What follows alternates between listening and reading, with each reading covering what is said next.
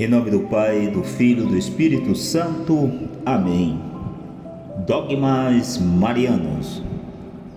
Hoje nós iremos ver sobre este dogma, Assunção de Nossa Senhora.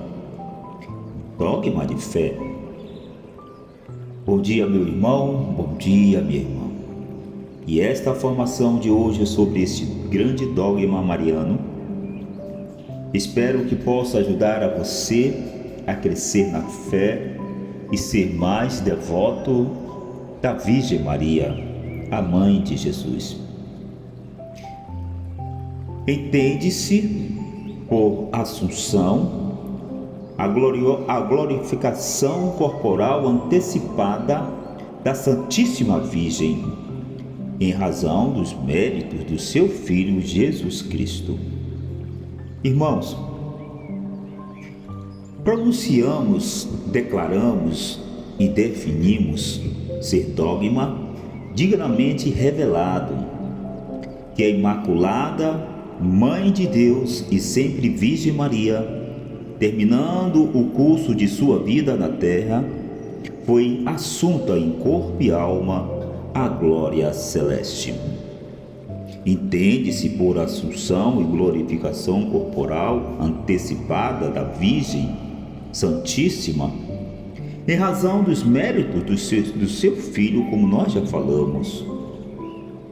Assim, enquanto dizemos que Jesus ascendeu aos céus, sobre Maria é claro e certo que esta foi assunta ao céu, de corpo e alma, porque Jesus subiu aos céus por virtude própria, enquanto Maria foi assunta aos céus pelas virtudes e méritos de Jesus.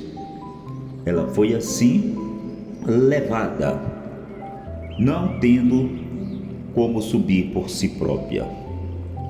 Dizem glorificação antecipada porque a glorificação corporal das criaturas é prevista apenas para o fim dos tempos, enquanto que com Maria ela aconteceu antecipadamente. Se Maria morreu ou não, a tradição afirma comumente que sim. Mas esta afirmação não é artigo de fé e constitui divergência desde os princípios e primeiros séculos da Igreja. De qualquer modo, se Deus envolveu de mistério o fim de sua Santíssima Mãe, não cabe a nós nos perdermos em tais discussões. Vamos ver alguns fatos importantes decorrente à glorificação corporal de Maria. Primeiro, ela reencontra seu filho após a separação de sua morte de cruz e entra na união definitiva com ele. Maria não necessita mais da fé para conhecer Jesus. Ela agora dispensa os obscuros limitados símbolos terrestres e se encontra face a face com a divindade. Sua maternidade espiritual recebe seu último acabamento. Vamos assim explicar melhor. Na Anunciação, desde a Anunciação, Maria recebera uma graça materna para com os homens, da qual recebeu os fundamentos da encarnação. Enquanto Cristo, ao encarnar-se, tomava radicalmente a cabeça dos homens, Maria se tornou sua mãe, fundamentos de sua maternidade em relação a nós. Na cruz, Cristo tornou-se formalmente chefe da Igreja e Maria formalmente mãe desta, tanto que Cristo escolheu esta hora para proclamar sua missão materna. Se nós formos ver lá em Pentecostes, o regime da graça entrou em vigor e Maria assumiu efetivamente sua maternidade, intercedendo pelos homens que havia amado com amor universal em seu Filho, embora os conhecesse indistintamente e não conhecesse claramente o poder, o efeito de sua intercessão. Agora, meus irmãos, Maria no céu de corpo e alma. Então, na visão beatífica, conhece cada um de nós de modo individual e pessoal, estando no céu com seu corpo glorificado como o de Cristo. Maria mantém para conosco uma naturalidade física e uma capacidade afetiva das quais os outros santos estão altamente privados. Assim tem um conhecimento materno ardente e preciso, mais íntimo do que os demais bem-aventurados. Então, na atividade materna, o conhecimento que Nossa Senhora tem de nós é perfeito, porque procede na visão divina. Mas ser mãe não é apenas conhecer, mas também agir. Em que consiste, pois, a ação de Maria em favor dos seus filhos? Consiste, meus queridos, na intercessão. Então vamos caminhar com essa formação. Viva porque procede do amor.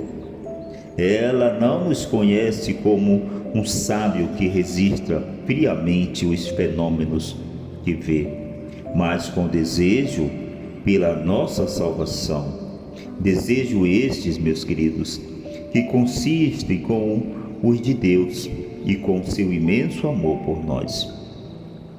Eficaz, sim, porque Deus necessitasse dela, independentemente de sua vontade, já que Deus realmente não necessita de ninguém, mas porque Deus quis fazer da redenção uma obra onde a salvação seja em cada uma de suas etapas, tanto no plano terrestre como no celeste, um trabalho simultaneamente humano e divino. Deus se fez homem para salvar os homens. Associou uma criatura, uma mulher, à sua missão salvífica. E quem é esta mulher? Maria. Colocou a igreja nas mãos de homens e se compraz em lhes deixar fazer obras maiores que as suas. E faz cada homem colaborar livremente com a sua própria salvação ou perdição. Assim, o papel concedido às intercessões de Nossa Senhora e dos santos manifesta um desígnio divino. Agora, meus queridos, é importante nós observarmos também nesta ordem, Maria ultrapassa os santos, porque ela jamais pecou, de modo que tem perfeita unidade com o amor divino. Ela é cheia de graça, sim, está no céu em corpo e alma. Deus se compraz em escutar o duplo eco de suas intenções na liberdade humana de Cristo e de Maria. Então, Maria, ela tem uma comunhão total com Deus. Então, nós, portanto, não podemos desassociar. Desassociar o quê? as intenções de Deus e de Maria, a ação de Deus da de Maria. O poder de Deus inspira e penetra sua oração, tanto aos seus desejos, o poder de agir do seu objetivo. Então, se nós ainda formos analisarmos, desde a origem, Maria precedeu a Igreja em todas as suas etapas de vida. Agora, na Virgem assunta ao céu, a Igreja em marcha para a glorificação realiza já a perfeição do seu mistério. A Assunção não pode ser considerada como um fato isolado, mas no contexto da obra redentora de Jesus e no contexto da missão que Jesus encomendou a Maria na cruz, em favor da Igreja.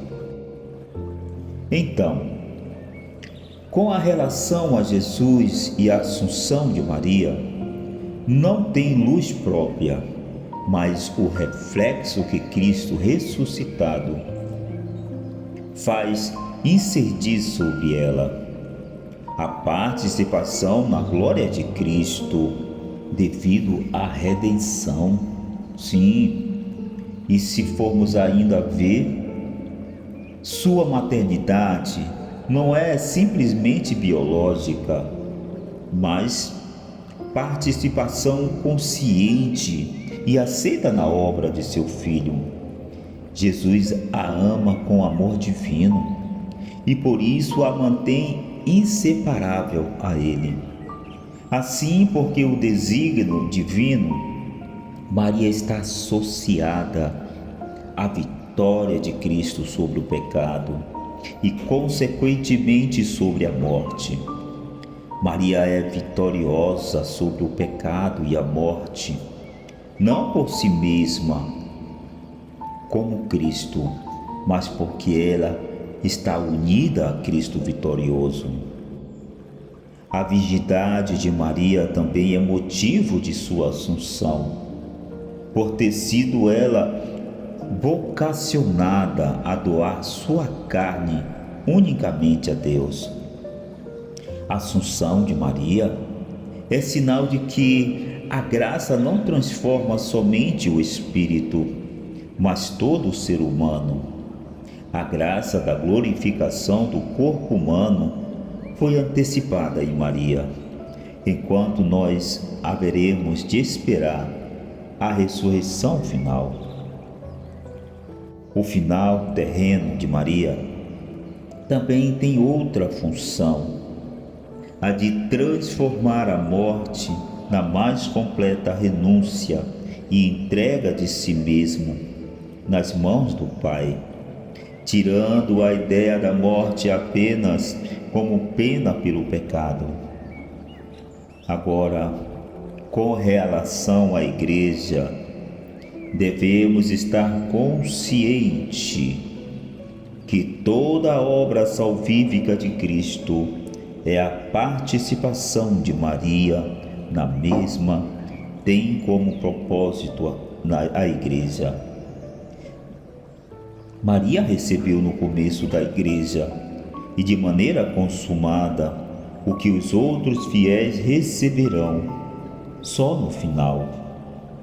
Em Maria aparece manifesto que a entrega de Cristo ao Pai e a aceitação dessa entrega por parte do Pai resplandece como uma graça de Cristo à Igreja. Da tal Maria é modelo. Então, mediação intercessora de Maria. Se nós formos observar, a mediação maternal de Maria supõe vários princípios teológicos, dos quais adiantamos dois por sua especial importância. Quais são? a continuidade da igreja terrena com a celeste. Por esta verdade teológica, nós cremos que toda a igreja, tanto que vai caminhando, quanto é que já chegou ao seu término, estar unida ao Redentor de sua cabeça única, que é Cristo, e o único propósito da salvação. Por isso mesmo entende-se que nossa vocação eclesial não termina com a morte, mas é uma da única para sempre. Assim compreendemos que a vocação de Maria não terminou. Todos nós, assim, que fazemos parte da igreja, caminhamos junto com a pátria definitiva, com uma meditação de apoio mútuo, que é uma verdadeira mediação salvífica. Cada um de acordo com a sua vocação e missão específica, ao qual corresponde uma graça à medida com que corresponde a esta graça. Esse mútuo apoio e mediação que faz uma alma que se elevar o mundo inteiro, em nada diminui o senhorio e a mediação únicos de Cristo, mas ele estão subordinados. Então poderíamos dizer que o Salvador exerce sua mediação e senhorio por meio daqueles a quem livremente desejou associar-se à sua obra em favor de seus irmãos.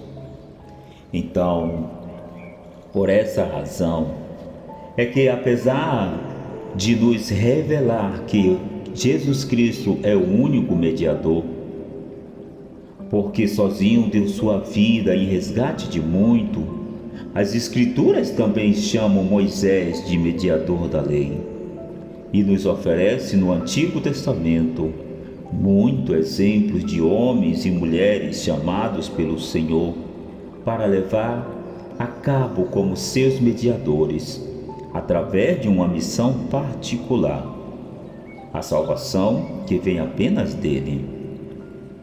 Então, por isso dizemos que não existe graça que seja puramente em benefício próprio. Somos também beneficiados com as graças que recebemos de Jesus, mas os contemplados com elas são muitos, tanto que às vezes nem podemos imaginar.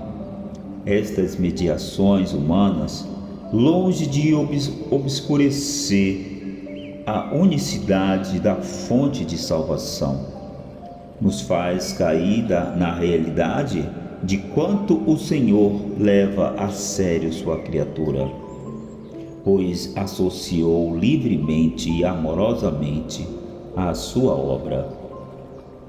Então, a mediação intercessora do cristão, longe de negar a intervenção única de Deus, colocar em evidência, é ao Senhor que se dirige a súplica pelo irmão. E precisamente porque, ao contrário de Caim, amargurava, argumentava, somos sim corresponsáveis pela salvação do nosso irmão. Por isso, meus queridos, no mesmo texto onde o Espírito Santo nos revela, por intermédio de São Paulo, a mediação única de Cristo, acrescenta o quanto é agradável a Deus e como está conforme o seu plano a mediação intercessora do cristão pela libertação completa do seu irmão, com ele redimido. Mediação esta que o próprio Espírito de Deus coloca ao lado e subordina a de Cristo.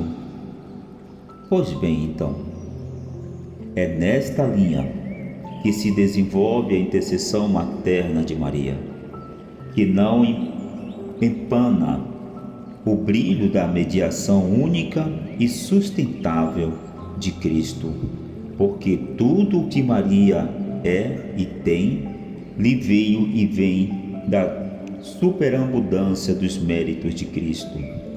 Apoiar-se em sua mediação e Ele conduz. Então, dentre todas as criaturas humanas, a mediação de Maria é especialíssima, pelo fato dela ser a mãe de Deus feito homem. Então, nesse sentido, sua participação na obra salvífica é muito especial e se destaca da dos demais fiéis, não tanto como pela dignidade própria, mas pelo amor e serviço especiais. O fundamento da relação materna de Maria com Jesus não se limita a ele, mas também aos seus membros, a Igreja, nós. E depois de assunto ao céu, a Virgem vive constantemente de frente a seu Filho, e toda a sua existência glorificada permite Deus constituir um ato de louvor, de gratidão e de intercessão. O que ela é, deve a Cristo, e o que ela faz, faz por Cristo. Através de Cristo, em favor do resto do Cristo total, em favor de nós, os membros do corpo que ainda peregrinamos. Por isso, a Igreja a toma como a intercessora e a contempla como imagem da meta que esperamos alcançar. Então, assim, o que dá para perceber que não há dúvida de que, desde o princípio dos séculos da Igreja, Maria é invocada como intercessora. Basta recordar a oração sobre o teu amparo do século III ou IV, ou do mais antigo ícone, imagens que costumam apresentar Maria com as mãos postas em posição de oração, indicando sua missão materna e advogada nossa. Por este motivo é que devemos conservar, com a tradição da Igreja, a devoção a Maria como nossa mãe e intercessora maternal. Nesse sentido, esta a sua mediação. Então, assim, meus queridos irmãos, aqui está mais um dogma mariano, Assunção de Nossa Senhora.